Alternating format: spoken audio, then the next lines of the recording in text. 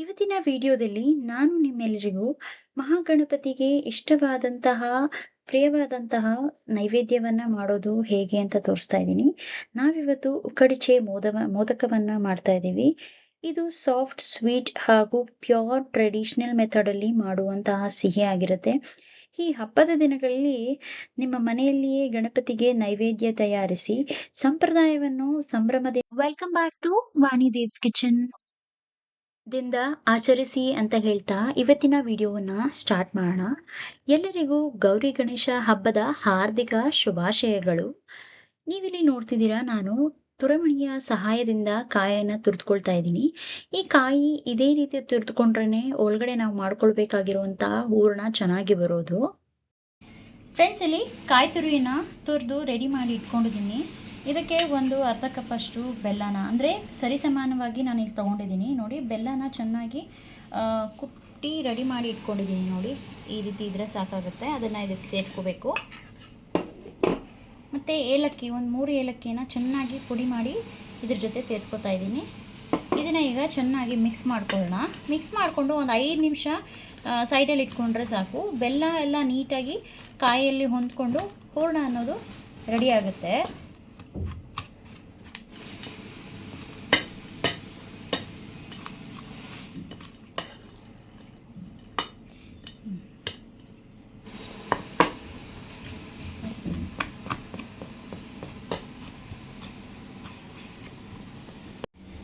ಈಗ ನಾವು ಇದಕ್ಕೆ ಹಿಟ್ಟನ್ನು ರೆಡಿ ಮಾಡ್ಕೊಳ್ಳೋಣ. ನೋಡಿ, ನಾನು 1 ಕಪ್ಪಷ್ಟು ನೀರನ್ನು ಸ್ಟೀಲ್ ಪಾತ್ರೆ ಅಂದರೆ ಗಟ್ಟಿ ಇರುವಂಥ ಪಾತ್ರೆಗೆ ನಾನು 1 ಕಪ್ ನೀರನ್ನು ಸೇರಿಸ್ಕೊಂಡಿದ್ದೀನಿ.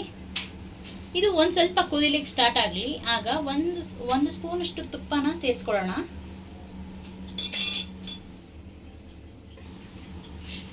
ನೋಡಿ, ನೀರೀಗ ಕುದಿಯಕ್ಕೆ ಸ್ಟಾರ್ಟ್ ಆಗಿದೆ. ಇದಕ್ಕೆ ನಾನು 1 ಸ್ಪೂನಷ್ಟು ತುಪ್ಪನ ಸೇರಿಸ್ಕೊತಾ ಇದ್ದೀನಿ.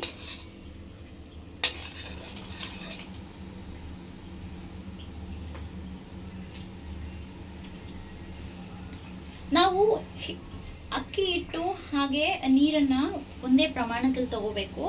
ಆಗ ಹಿಟ್ಟು ತುಂಬ ಮೃದುವಾಗಿ ಹಾಗೂ ಚೆನ್ನಾಗಿ ಬರುತ್ತೆ.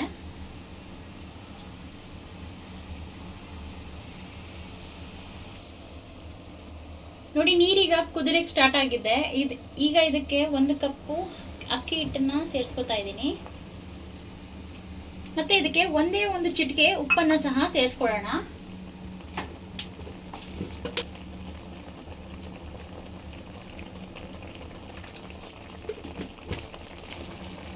ನಾನಿಲ್ಲಿ ರೆಡಿಮೇಡ್ ಅಕ್ಕಿ ಹಿಟ್ಟನ್ನು ಬಳಸಿಲ್ಲ. ನಾನು ಅಕ್ಕಿಯನ್ನು ತೊಳೆದು ಸ್ವಲ್ಪ ಒಣಗಿಸಿ ಮತ್ತೆ ಅದನ್ನು ಮಿಷಿನಲ್ಲಿ ಬೀಸಿಸ್ಕೊಂಡು ಬಂದಿದ್ದೀನಿ. ಆಗ ಮಾಡೋದ್ರಿಂದ ತುಂಬ ಫ್ಲೇವರ್ ಅನ್ನೋದು ತುಂಬ ಚೆನ್ನಾಗಿರುತ್ತೆ. ರೆಡಿಮೇಡ್ ಅಕ್ಕಿ ಹಿಟ್ಟಿಂದ ಮಾಡ್ಬೋದು, ಇಲ್ಲ ಅಂತಲ್ಲ. ಆದರೆ ಈ ರೀತಿ ಮಾಡೋದ್ರಿಂದ ಒಂಥರ ತುಂಬ ಚೆನ್ನಾಗಿರುತ್ತೆ ಟೇಸ್ಟ್ ಅನ್ನೋದು.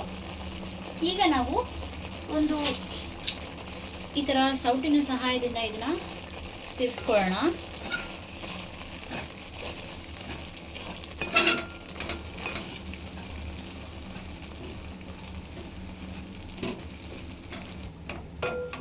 ನೋಡಿ, ಈ ರೀತಿ ಒಂದು 2 ನಿಮಿಷ ತುಂಬ ಲೋ ಫ್ಲೇಮಲ್ಲಿ ಈ ಥರ ಇಟ್ಕೊಂಡು ಕಲಿಸ್ಕೊಂಡು ಇದನ್ನು ನಾವು ಫ್ಲೇಮನ್ನು ಆಫ್ ಮಾಡಿಕೊಂಡು ಇದನ್ನು ಒಂದು 5 ನಿಮಿಷ, 5ರಿಂದ 10 ನಿಮಿಷ ಒಂದು ಪ್ಲೇಟನ್ನು ಕ್ಲೋಸ್ ಮಾಡಿ ಅದನ್ನು ಕೂಲ್ ಆಗೋದಕ್ಕೆ ಬಿಡೋಣ.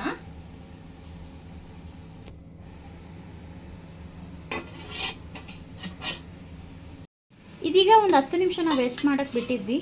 ನೋಡಿ, ಹಿಟ್ಟು ಹೀಗಾಗಿದೆ. ಈ ಥರ ಕೈಯಲ್ಲಿ ಇಟ್ಕೊಳಕ್ಕಾದರೆ ಸಾಕಾಗುತ್ತೆ. ನೋಡಿ, ಈ ರೀತಿ. ಇವಾಗ ನಾನು ಇದೇ ಬಟ್ಲಿನಲ್ಲೇ ಒಂದು ಬಟ್ಟಲಿನ ಸಹಾಯ ತಗೊಂಡು ನೋಡಿ ಇದರಿಂದ ನಾನು ಚೆನ್ನಾಗಿ ನಾದ್ಕೋತೀನಿ. ಸುಮಾರು ಒಂದು 2ರಿಂದ 3 ನಿಮಿಷ ಇದನ್ನು ಚೆನ್ನಾಗಿ ನಾದ್ಕೋಬೇಕಾಗುತ್ತೆ.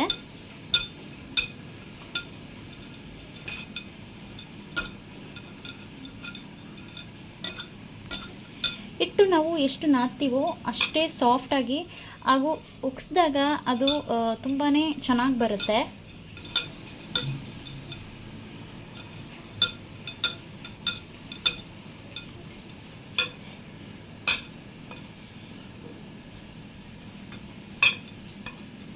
ನಿಮಗೆ ಬಟ್ಲಲ್ಲಿ ಮಾಡೋಕ್ಕೆ ರೂಢಿ ಇಲ್ಲ ಅಂತಂದರೆ ನೀವು ಕೈಯಲ್ಲಾದರೂ ಈ ರೀತಿ ನಾದ್ಕೋಬೋದು. ನೋಡಿ, ಎಷ್ಟು ಚೆನ್ನಾಗಿ ಆಗ್ತಿದೆ.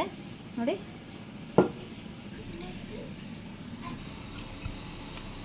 ಫ್ರೆಂಡ್ಸ್, ನಾವಿಲ್ಲಿ ಬಟ್ಲಿನ ಸಹಾಯದಿಂದ ಚೆನ್ನಾಗಿ ನಾದ್ಕೊಂಡಿದ್ದೀವಿ. ಈಗ ನಾನು ಇದನ್ನು ಒಂದು ಪ್ಲೇಟಿಗೆ ಟ್ರಾನ್ಸ್ಫರ್ ಮಾಡಿ ಅದನ್ನು ಹಿಟ್ಟಿನ ಅದಕ್ಕೆ ಈ ಥರ ರೌಂಡ್ ಶೇಪಲ್ಲಿ ನೋಡಿ ಈ ರೀತಿ ನಾವು ಒಂದು ಪ್ಲೇಟಲ್ಲಿ ಹಾಕ್ಕೊಂಡು ಇನ್ನೊಂದು ಸಾರಿ ನಾದ್ಕೊಂಡು ರೆಡಿ ಮಾಡ್ಕೊಳ್ಳೋಣ. ನೋಡಿ,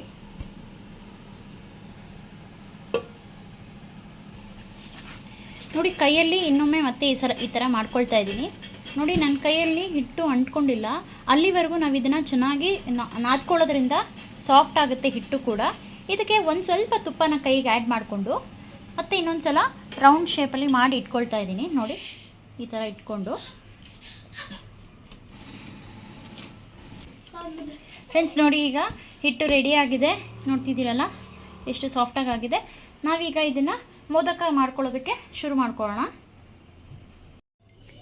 ನೋಡಿ, ಈ ರೀತಿ ಸಣ್ಣ ಉಂಡೆಗಳನ್ನು ಮಾಡಿಕೊಂಡು ಈಗ ಇದನ್ನು ಹೆಬ್ಬೆಟ್ಟಿನ ಸಹಾಯದಿಂದ ನೋಡಿ ಈ ರೀತಿ ನಿಧಾನವಾಗಿ ರೌಂಡ್ ಶೇಪಲ್ಲಿ ನೋಡಿ ಹೀಗೆ ಒತ್ಕೊಳ್ತಾ ಬರಬೇಕು. ನೋಡಿ, ಸ್ವಲ್ಪ ನೀರನ್ನು ಕೈಯಲ್ಲಿ ಹಚ್ಕೊಳ್ಳಿ.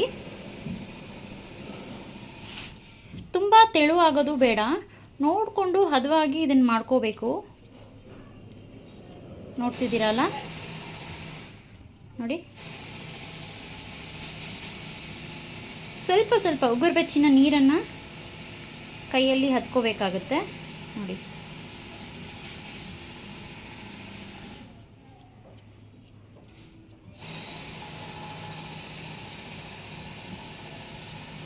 ಈಗ ನೋಡಿ ಈ ರೀತಿ ತೆಳ್ಳಕ್ಕಾಗಿದೆ. ನೋಡ್ತಿದ್ದೀರಲ್ಲ, ಈಗ ಹೂರ್ಣನ ಇದ್ರ ಮಧ್ಯದಲ್ಲಿ ಸೇರಿಸ್ಕೊಳ್ಳೋಣ. ನೋಡಿ,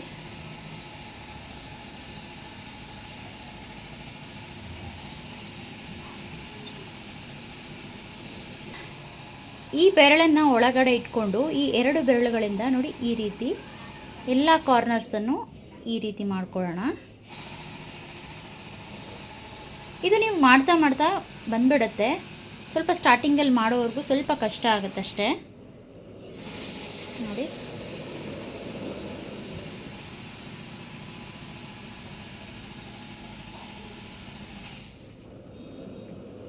ನೋಡ್ತಿದ್ದೀರಲ್ಲ. ನೋಡಿ, ಈಗ ನಿಧಾನವಾಗಿ ಮೇಲ್ಗಡೆ ಪಾರ್ಟ್ ಏನಿದೆ ಅದನ್ನು ನೋಡಿ ಈ ರೀತಿ ಸುಮ್ಮನೆ ಲೈಟಾಗಿ ಪ್ರೆಸ್ ಮಾಡ್ಕೋಬೇಕು.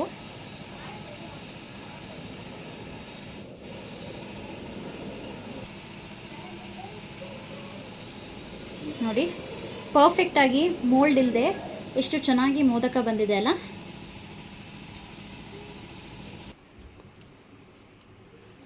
ನೋಡಿ, ಇದೇ ರೀತಿ ಎಲ್ಲವನ್ನು ನಾನು ರೆಡಿ ಮಾಡಿ ಇಟ್ಕೊಳ್ತಾ ಇದ್ದೀನಿ. ನೀವು ನೋಡ್ತಿರ್ಬೋದು. ನೋಡಿ ಎಷ್ಟು ಚೆನ್ನಾಗಿ ಆಗಿದೆಯಲ್ಲ. ಸ್ಟೀಮ್ ಮಾಡ್ಕೊಳ್ಳೋದಕ್ಕೆ ಇಡ್ಲಿ ಪಾತ್ರೆಯನ್ನು ಇಟ್ಕೊಂಡು ಅದಕ್ಕೆ ಒಂದು ಪ್ಲೇಟನ್ನು ಇಟ್ಟು ನೋಡಿ ಈ ಎಲೆನ ಈ ರೀತಿ ರೌಂಡಾಗಿ ಕಟ್ ಮಾಡಿಕೊಂಡು ಸ್ವಲ್ಪ ಎಣ್ಣೆ ಅಥವಾ ತುಪ್ಪವನ್ನು ಸವರ್ಕೋಬೋದು. ನೀವು ಬೇಕಿದ್ರೆ ಸವರ್ಕೊಂಡು ಈ ರೀತಿ ಇಟ್ಕೊಂಡು ಎಲ್ಲ ಮೋದಕವನ್ನು ಇದರಲ್ಲಿ ಇಟ್ಕೊಳ್ಳೋಣ. ನನ್ನ ಚಾನಲ್ಗೆ ಸಬ್ಸ್ಕ್ರೈಬ್ ಆಗಿಲ್ವೋ ಅವರೆಲ್ಲ ಈ ಕೂಡಲೇ ಸಬ್ಸ್ಕ್ರೈಬ್ ಮಾಡ್ಕೊಳ್ಳಿ. ಹಾಗೂ ನಿಮ್ಮ ಅಭಿಪ್ರಾಯವನ್ನ ಲೈಕ್, ಶೇರ್, ಕಮೆಂಟ್ ಮೂಲಕ ತಿಳಿಸೋದನ್ನ ಮರಿಬೇಡಿ. ಚಿಕ್ಕವರಿದ್ದಾಗ ಅಮ್ಮ ಮೋದಕ ಮಾಡೋದಕ್ಕೆ ಶುರು ಮಾಡಿದಾಗ ನಾವು ಹೂರ್ಣನ ಇಟ್ಕೊಟ್ಟು ಹೆಲ್ಪ್ ಮಾಡ್ತಾ ಇದ್ವಿ. ಇವಾಗ ನೀವೆಲ್ಲ ಯಾರ್ಯಾರು ಹೆಲ್ಪ್ ಮಾಡ್ತೀರಾ ಅಂತ ಕಮೆಂಟ್ ಮೂಲಕ ತಿಳಿಸಿ ನೋಡೋಣ. ಈಗ ಇದನ್ನ 5ರಿಂದ 8 ನಿಮಿಷ ಸ್ಟೀಮ್ ಆಗೋದಕ್ಕೆ ಬಿಡಬೇಕು. ಮಾಡ್ಕೊಂಡ್ರೆ ಸಾಕಾಗುತ್ತೆ. ಪರ್ಫೆಕ್ಟಾಗಿ ಮೋಲ್ಡೇ ಇಲ್ದಂಗೆ ನಾವು ಕೈಯಲ್ಲೇ ಎಷ್ಟು ಚೆನ್ನಾಗಿ ಮಾಡಿದ್ದೀವಿ ಅಂತ ನೀವು ಇದೇ ರೀತಿ ಟ್ರೈ ಮಾಡಿ ಹೇಗಾಯಿತು ಅಂತ ತಿಳಿಸ್ಕೊಡಿ. ಹಾಗೂ ನಿಮಗೆ ಈ ವಿಡಿಯೋ ಇಷ್ಟ ಆದಲ್ಲಿ ಲೈಕ್, ಶೇರ್ ಹಾಗೂ ಕಮೆಂಟ್ ಮಾಡೋದನ್ನು ಮರಿಬೇಡಿ. Thank you so much for watching this video. Keep watching.